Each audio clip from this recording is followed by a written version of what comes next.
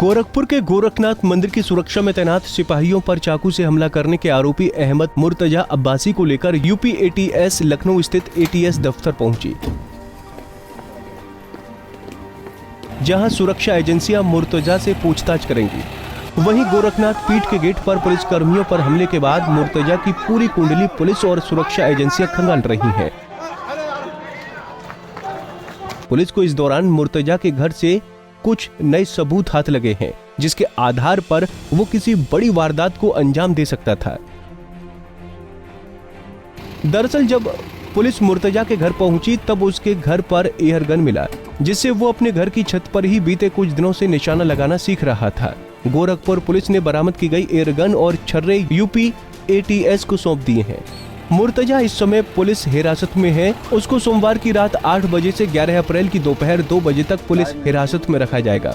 वहीं सुरक्षा एजेंसियां मुर्तजा की पहली पत्नी के घर जौनपुर पहुंची और वहां भी पूछताछ की। मुर्तजा अब्बासी की शादी 2019 में जौनपुर नगर के सब्जी मंडी निवासी मुजफ्फरुल हक की बेटी उम्मे सलमा उर्फ शादमा के साथ हुई थी।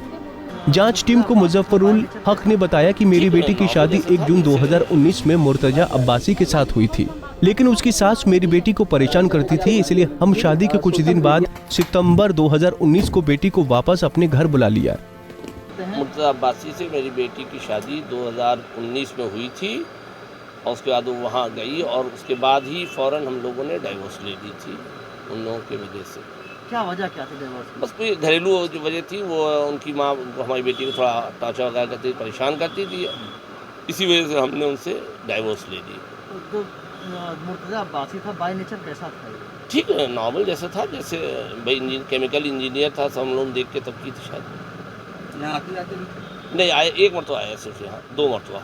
तो जैसे उसमें जो घटना घटी है जो गोरखपुर में, तो लोग बता रहे हैं कि आतंकवादी घटना हो गई है, उसमें ताज। उसके बाद मैं क्या कह सकता हूँ, मेरा उनसे कोई टच नहीं है। 2019 के बाद सितंबर 2019 में हम अपनी बेटी को वहाँ से लेके आए थे उनके यहाँ से, और उसके बाद उन्होंने मोबाइल के ज़रिए उन्होंने तलाक दे दी।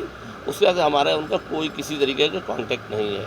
आपकी बेटी का क्या नाम है? बेटी का मेरा नाम शादमा है। आई थी, क्या पूछताछ की? और कोई यही सब जो बातें आपको बता रहे हैं वही उनको बताई हमने। कोई हम उसके बारे में कोई ज़्यादा जानते नहीं, चूँकि हमारा उनसे कोई टच ही नहीं है।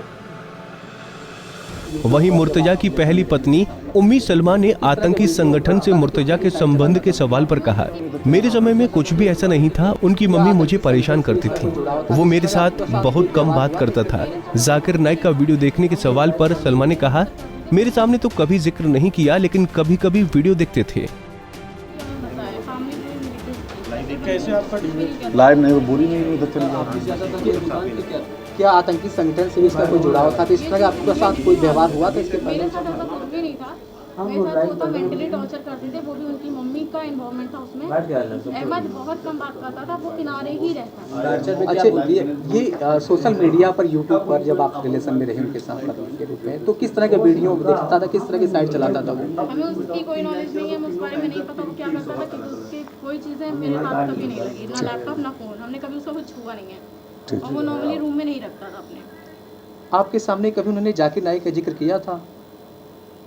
मेरे सामने ऐसा कोई जिक्र नहीं किया था, लेकिन मम्मी लोग जैसे नॉर्मली वीडियोस वगैरह कभी कभी देखते थे। अब हमें उसके बारे में और ज़्यादा नहीं पता है।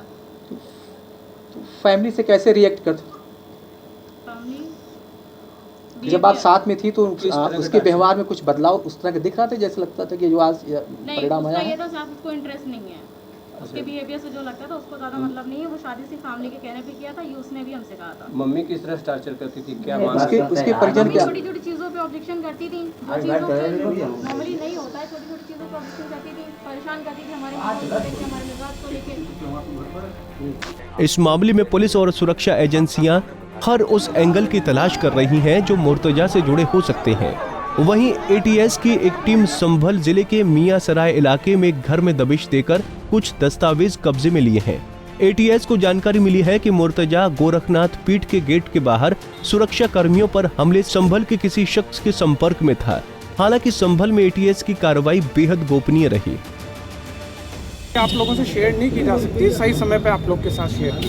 तो कब तक इंतजार करना होगा? कार्रवाई तो चल रही है, जैसा होगा आपको अपडेट किया जाएगा। सर आज जनपद में कार्यक्रम था सर, कई जगह उद्घाटन किए गए सर, क्या था जो सर? जी कल रात में मेरे द्वारा यहाँ बनियाठेर थाने का भी निरीक्षण किया गया था और उसके बाद पाठकपुर चौकी का देर रात में पुलिस अधीक्षक और अपर पुलिस अधीक्षक महोदय के साथ एक बार विजिट किया गया था और जो भी आवश्यक बिंदु उनके निर्देश और समीक्षा की गई थी। इसके बाद आज मॉर्निंग में यहाँ पुलिस लाइन में सुबह जो है पुलिस पेंशनर्स जो हमारे पुराने पुलिस के कर्मचारी होते हैं, जो अधिकारी, उनके साथ एक मीटिंग की गई। उसके बाद जो मिशन शक्ति का प्रोग्राम है और जो विशेष महिला सुरक्षा जो अधिकारी जो नियुक्त हुए उनकी ब्रीफिंग की गई और उनसे फीडबैक लिया गया।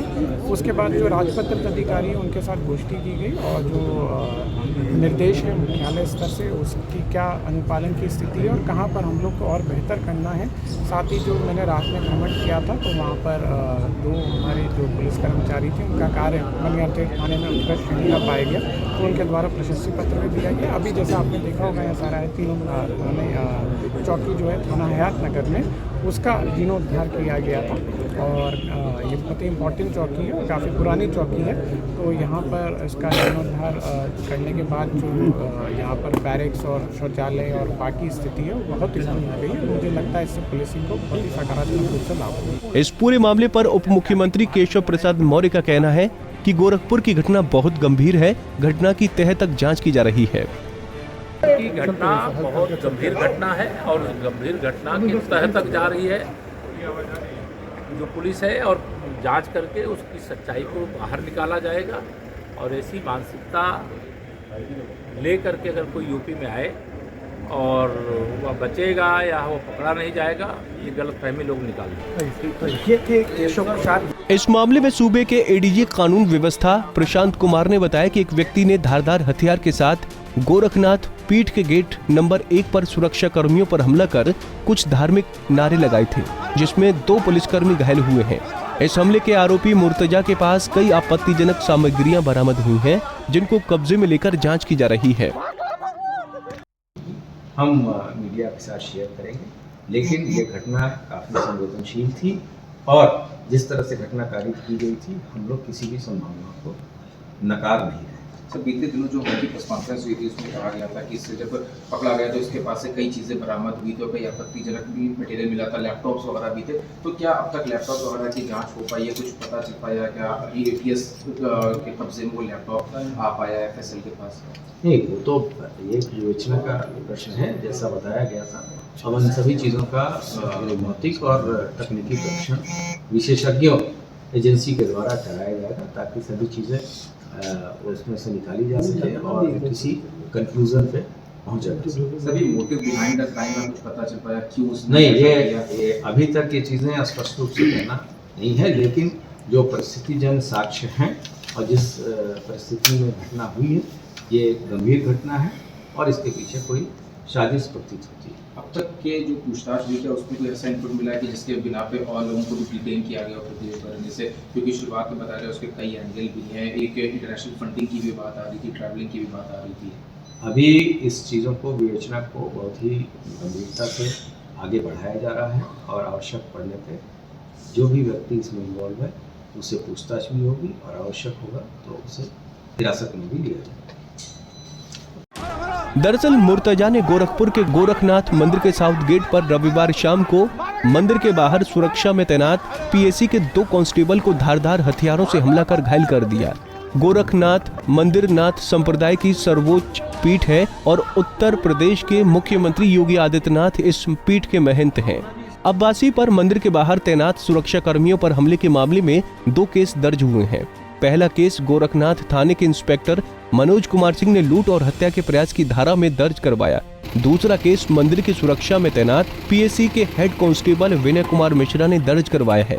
पुलिस के मुताबिक आरोपी अहमद मुर्तजा अब्बासी के पास से एक नहीं 3 धारदार हथियार मिले थे।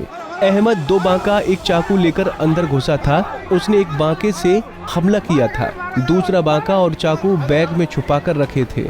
आरोप है कि मुर्तजा ने हमले के दौरान अल्लाहू अकबर का नारा भी लगाया।